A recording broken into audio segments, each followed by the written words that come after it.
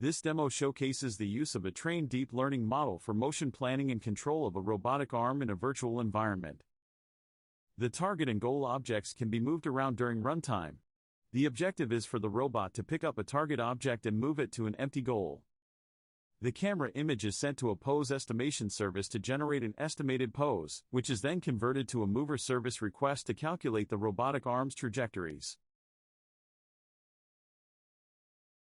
The robotics system runs in a virtual container and Unity is connected to the ROS endpoint.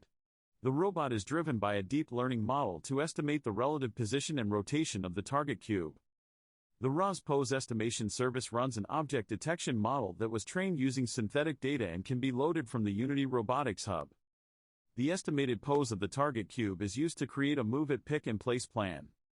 The ROS mover service request returns the trajectories to grasp and place the target object.